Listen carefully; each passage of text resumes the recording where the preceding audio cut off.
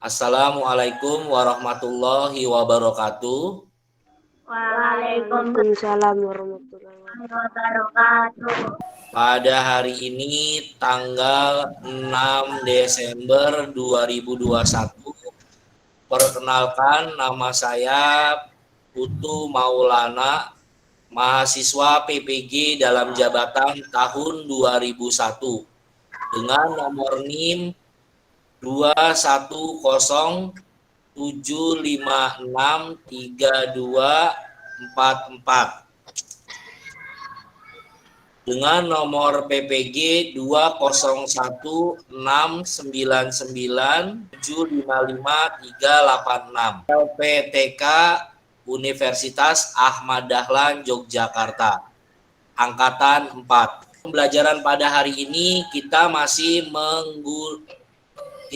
menggunakan pembelajaran daring ya Nong, karena kita masih dalam kondisi COVID-19. Jadi tidak lupa Bapak mengingatkan kalian harus tetap menerapkan yaitu 5M. Apa saja? Memakai masker ketika keluar rumah. Yang kedua, menjaga jarak, terus mencuci tangan, mengurangi mobilitas. Alhamdulillah pada hari ini kalian masih diberi kesehatan dan bisa belajar melalui daring, yaitu menggunakan aplikasi Google Meet. Sebelum itu silakan ketua kelasnya yaitu Anggi untuk menyiapkan belajar dengan bersama-sama membaca surat Al-Fatihah ya. Silakan Anggi disiapkan. Doa dimulai. Bismillahirrahmanirrahim. Baca surat Al-Fatihah. Alhamdulillah. Amin. Ar-Rahmanirrahim.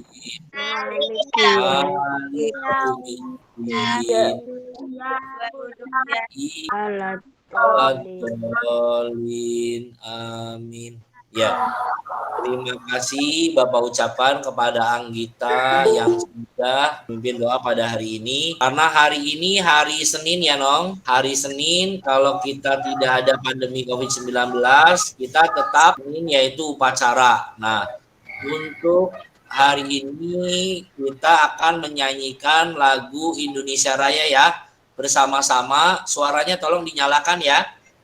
Pak Putu akan putarkan lagu Indonesia Raya.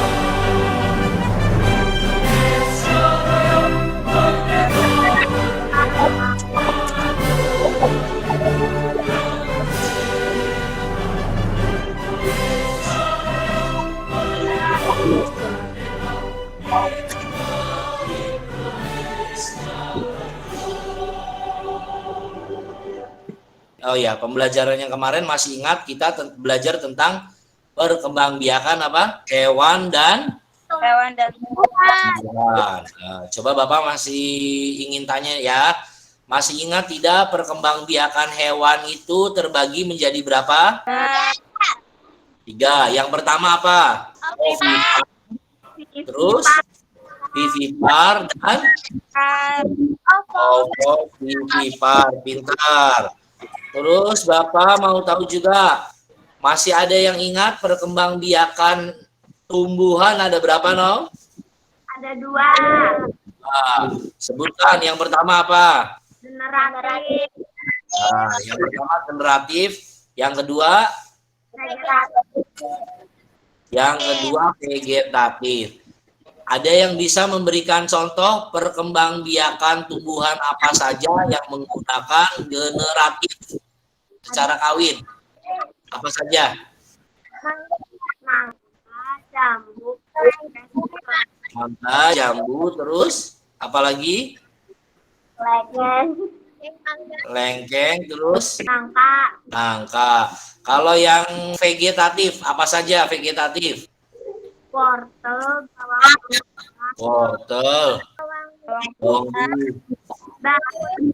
Pohon pisang, bambu. Ya, pohon pisang dan bambu. Nah, itu adalah pelajaran yang sebelumnya. Hari ini kita akan belajar tentang IPA-nya yaitu pelestarian tumbuhan dan hewan dengan bahasa Indonesia yaitu membuat kesimpulan ya. Apa yang terjadi jika hutan dirubah menjadi perkotaan? Apa Nong yang akan terjadi? Di perkampungan. Ya, terus apa lagi? Anggita, jika hutan dirubah menjadi perkotaan. Arleta, Anggita, Ria, silakan diperhatikan. Pertanyaan yang pertama nih. Apa yang terjadi dengan hutan tersebut apabila dijadikan perkotaan? Silakan Lia, apa yang akan terjadi Lia? Hewan-hewan berkeliaran di perkampungan. Iya. Terus apalagi yang akan terjadi? Ajiji, Lia, terdengar tidak suara Pak Putu Lia? Dibaca Lia ini. Bagaimana dengan nasib hewan-hewan yang hidup di hutan? Hewan-hewan akan mati. Ya, terus gimana hewan-hewan tersebut akan tinggal jika hutan telah musnah? Berkeliaran dengan penduduk. Ya, betul.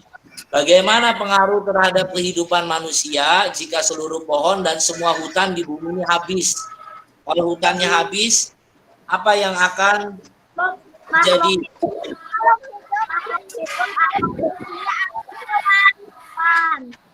Ya, makhluk hidup akan punah, betul sekali. Ya, kita harus bersyukur karena hutan kita masih terjaga dengan baik ya. Hutan-hutannya masih lebat, kita masih tidak terjadi banjir, tidak terjadi longsor karena hutan-hutannya masih terjaga dengan baik. Nah, sekarang Pak Putu akan menampilkan video.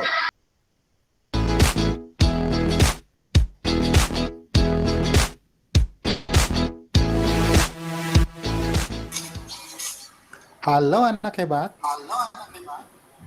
Warahmatullahi wabarakatuh. Bagaimana kabar semuanya? Semoga selalu sehat dan semangat. Hari ini kita masih membahas materi kelas 6, muatan pelajaran IPA, tema 1, subtema 3, dengan materi pelestarian hewan dan tumbuhan langka. Kalian tentunya sudah tahu semua, Indonesia memiliki sumber daya alam hayati yang melimpah. Sekitar 30% jenis hewan dan tumbuhan yang ada di bumi ini berada di Indonesia. Seiring perkembangan waktu, banyak jenis hewan baru ditemukan. Akan tetapi, tidak sedikit pula jenis hewan dan tumbuhan yang terancam punah. Ancaman terhadap kepunahan hewan dan tumbuhan langka sangat memprihatinkan. Oleh sebab itu, kita perlu melakukan upaya nyata agar keberadaan hewan dan tumbuhan bisa dilestarikan. Faktor terjadinya kepunahan pada makhluk hidup. Ada dua faktor yang menyebabkan makhluk hidup terancam punah. Yang pertama, akibat faktor alam. Contoh faktor alam antara lain sulit beradaptasi dengan lingkungan, tingkat perkembangbiakan yang lambat, terjadinya bencana alam. Yang kedua, faktor manusia. Banyak kegiatan manusia yang menyebabkan kepunahan hewan dan tumbuhan. Contohnya, penebangan dan pembakaran hutan, perburuan liar, pembuangan sampah ke alam, dan eksploitasi secara berlebihan. Selanjutnya, mari kita bahas tentang hewan langka. Hewan langka adalah berbagai jenis hewan yang keberadaannya sulit ditemui di alam bebas. Jumlahnya terbatas dan hanya hidup di suatu daerah tertentu. Berikut beberapa contoh hewan langka. Burung cendrawasih. Burung cendrawasih hanya ditemukan di daerah Papua. Bulu burung cendrawasih sangat indah, sehingga banyak diminati dan diburu oleh manusia. Karena keindahannya, burung cendrawasih ini mendapat julukan sebagai burung surga. Badak bercula satu. Badak bercula satu hidup di ujung kulon, Banten. Sesuai dengan namanya, badak ini memiliki satu cula di atas hidungnya. Populasi badak bercula satu semakin berkurang karena perburuan liar. Biasanya pemburu mengambil cula badak untuk bahan obat.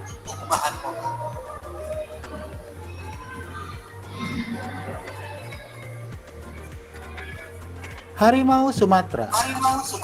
Harimau Sumatera merupakan jenis harimau terakhir yang masih hidup di Indonesia. Perburuan liar menyebabkan populasi harimau Sumatera semakin diambang kepunahan. Harimau Sumatera diburu karena meningkatnya permintaan untuk dimanfaatkan bagian tubuhnya, seperti kulitnya yang sering kali digunakan untuk bahan pembuat tas, pakaian, atau hiasan rumah yang memiliki nilai yang sangat tinggi.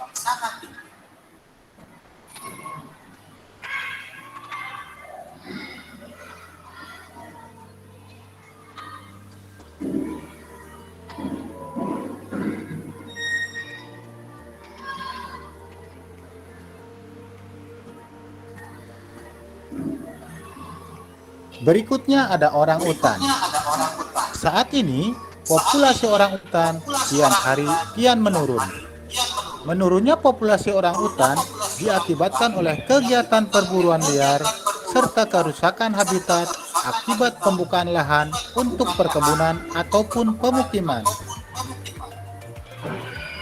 Komodo. Komodo merupakan salah satu contoh hewan langka yang dilindungi dunia internasional. Komodo merupakan kadal terbesar di dunia, sehingga sering disebut kadal raksasa. Komodo hidup di Pulau Komodo, Nusa Tenggara Timur. Menurunnya jumlah populasi komodo disebabkan karena perburuan liar, perubahan lingkungan, dan berkurangnya sumber makanan. Baik anak-anak hebat, kita lanjutkan ke materi tumbuhan langka. Tumbuhan dikatakan langka dan mendekati kepunahan jika keberadaannya di alam sudah sangat sedikit dan sulit untuk ditemui. Tumbuhan langka yang pertama adalah Rafflesia arnoldi. Bunga Rafflesia arnoldi terdapat di hutan-hutan Sumatera dan sebagian Kalimantan. Bunga ini hidup parasit di tumbuhan menjalar. Kuncup bunga ini dapat dijadikan obat, sehingga seringkali dijarah oleh manusia. Amorphophallus titanium. Amorphophallus titanium merupakan tumbuhan dengan bunga terbesar. Bunga ini mengeluarkan bau busuk seperti bangkai, sehingga dinamakan bunga bangkai. Bau bangkai ini dimanfaatkan untuk menarik serangga. Tempat hidupnya secara alami berada di daerah Sumatera. Kantong semar. Tanaman kantong semar tumbuh di daerah yang kekurangan kadar nitrogen. Hutan di daerah Tangkuban Perahu, Jawa Barat merupakan salah satu habitat dari tanaman kantong semar ini. Manusia seringkali mengambil secara langsung kantong semar dari hutan untuk diperjualbelikan. Cendana. Cendana banyak ditemukan di Nusa Tenggara Timur. Tumbuhan ini dapat dimanfaatkan untuk rempah-rempah dan bahan pengharum. Keberadaannya sekarang menjadi langka dan harganya menjadi mahal. Aquilaria merupakan tumbuhan penghasil kayu gaharu. Gaharu memiliki kandungan kadar damar yang wangi, sehingga dijuluki emas beraroma dari hutan. Tempat hidup di daerah hutan pedalaman Kalimantan. Harga jual tumbuhan ini mahal, sehingga banyak diburu orang. Upaya pelestarian hewan dan tumbuhan langka dapat dilakukan melalui dua cara, yaitu pelestarian in situ dan pelestarian ex situ. Pertama, pelestarian in situ. Pelestarian in situ dilakukan di tempat asli hewan atau tumbuhan tersebut berada. Contoh dari pelestarian in situ adalah Suaka Marga Satwa. Suaka Marga Satwa merupakan kawasan untuk melindungi hewan. Berikutnya ada Taman Nasional, yang merupakan kawasan yang melindungi tumbuhan dan hewan. Hutan lindung. Hutan lindung adalah kawasan untuk melindungi tumbuhan. Yang kedua ada pelestarian ex situ. Pelestarian ex situ dilakukan di luar tempat tinggal aslinya. Hal itu dilakukan karena hewan dan tumbuhan kehilangan tempat tinggal aslinya.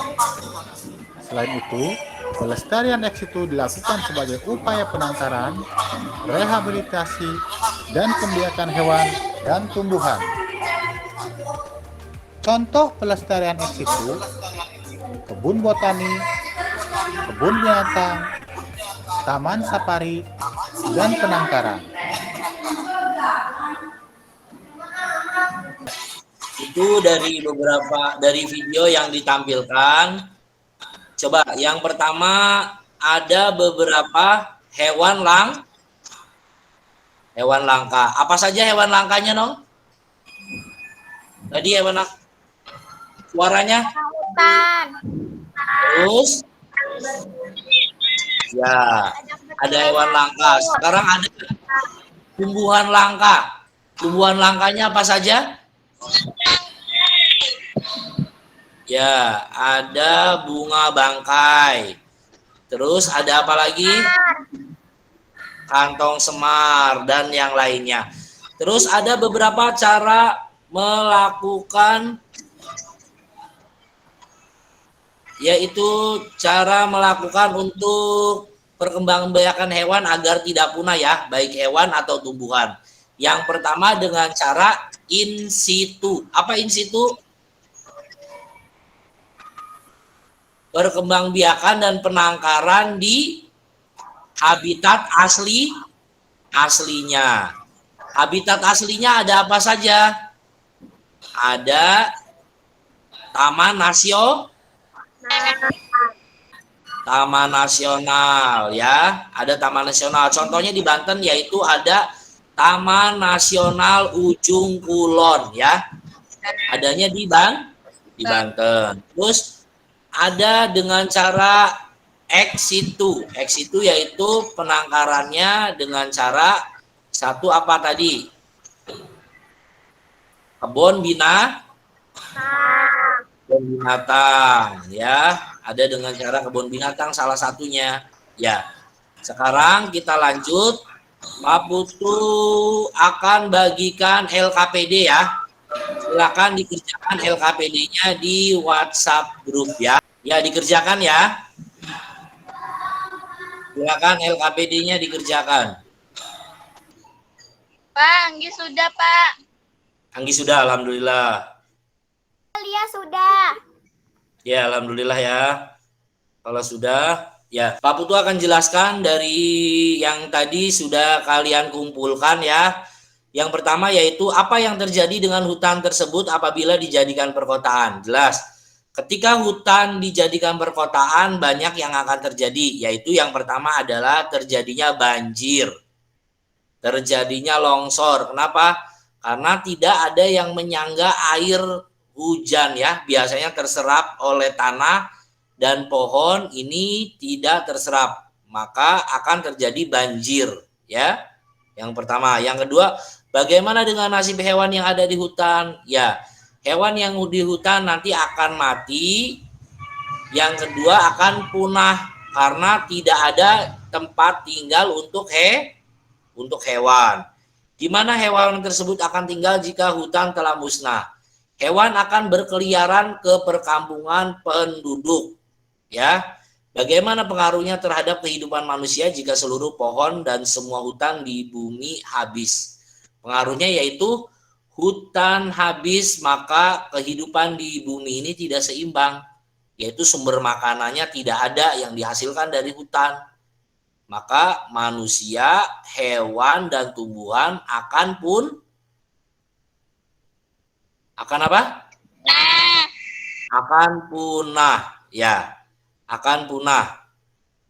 Nah, setelah itu nanti kalian akan simpulkan dari apa yang sudah Pak Putu jelaskan ya. Yang pertama yaitu tentang hewan-hewan langka, tentang tumbuhan langka, dan cara menjaga dan merawatnya ya.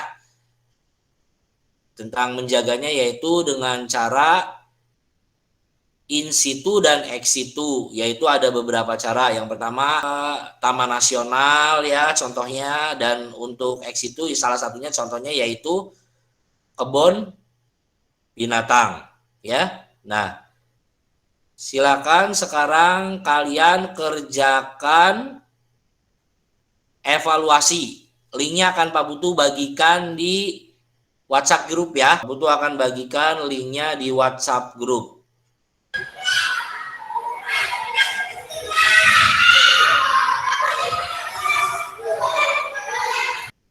Sudah, Pak. Sudah. Nah, silakan.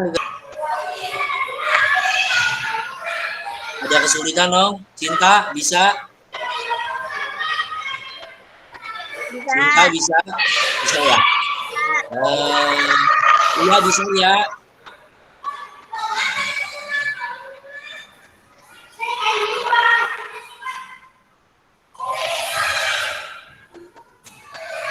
Anggi bisa, Anggi. Pak Arleta sudah. Ya, Arleta sudah, alhamdulillah. Pak Ayu udah. Alhamdulillah. Untuk tugas kesimpulan dari beberapa materi yang tadi sudah disampaikan, nanti dikirim lewat WhatsApp grup ya, Nong ya, dengan bahasa sendiri ya. Tadi materi-materi baik dari video, dari PPT yang sudah Pak Putu tampilkan tadi, nanti dibuat rangkuman ya. Rangkumannya dikirim melalui WhatsApp grup. Kelompok saya sudah. Pak, kelompok Novia. Sudah, alhamdulillah. Tinggal satu lagi ya, Cinta ya. Pak Cinta sudah. Alhamdulillah sudah semua. Alhamdulillah kalian sudah menyelesaikan tugas evaluasi. Pak Putu akan perjelas lagi untuk materi ajar yang Pak Putu sampaikan pada hari ini, yaitu tentang melestarikan hewan dan tumbuhan. Melestarikan hewan dan tumbuhan agar tidak punah. Yang pertama adalah dengan cara in situ dan ex situ. In situ salah satunya adalah dengan Taman Nasional. Salah satunya yang ada di Banten yaitu Taman Nasional Ujung Kulon. Ujung Kulon salah satunya ada hewan yang hampir punah, yaitu hewan apa? Hewan yang dari Ujung Kulon yang hampir punah, badak. Ya, badak bercula 1. Ya, pintar. Badak bercula 1. Untuk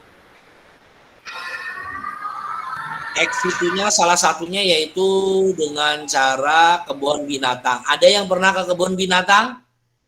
Ada yang pernah berkunjung ke kebun binatang di sini? Ada. Arleta di mana Arleta? Belum. Ragunan. Di mana? Belum. Oh, belum. Ya, nanti ada beberapa kebun binatang ya. Kalau di Jakarta ada Ragunan dan di Bandung ada Bandung Zoo dan di Bogor juga ada. Di Bogor yaitu Taman Safari. Ya, ada juga botani. Botani yang di Bogor untuk melestarikan tumbuhan. Itu saja yang bisa Pak Putu ajari pada hari ini melalui pembelajaran daring. Mudah-mudahan apa yang sudah diajarkan oleh Pak Putu, baik tadi tentang cara melestarikan hewan dan tumbuhan dan membuat kesimpulan dari beberapa materi yaitu mata pelajaran bahasa Indonesia. Selanjutnya silakan untuk ketua kelasnya menyiapkan berdoa. Ya, silakan Anggita.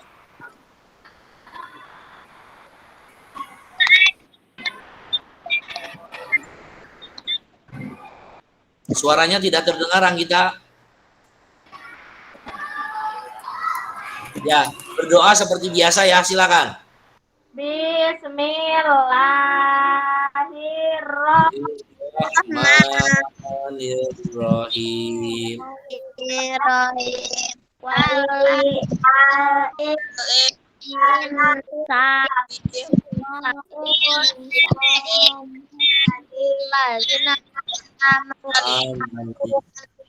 Wa solihati wa taqwa Watawasau bil haqqi watawasau bis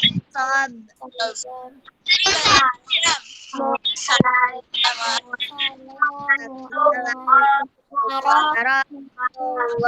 Waalaikumsalam warahmatullahi wabarakatuh. Terima kasih anak-anak Bapak yang pintar untuk pembelajaran hari ini. Bapak cukupkan sampai di sini ya. Kurang lebihnya Bapak mohon maaf. Mudah-mudahan penggunaan aplikasi ini bermanfaat ya. Nanti akan bermanfaat yaitu untuk pembelajaran Google Meet-nya dan Google Form ya. Itu saja. Apabila ada kesalahan Pak Putu mohon maaf ya Nong. Iya Pak. Wassalamualaikum warahmatullahi wabarakatuh. Waalaikumsalam warahmatullahi wabarakatuh. Silakan boleh live, boleh keluar.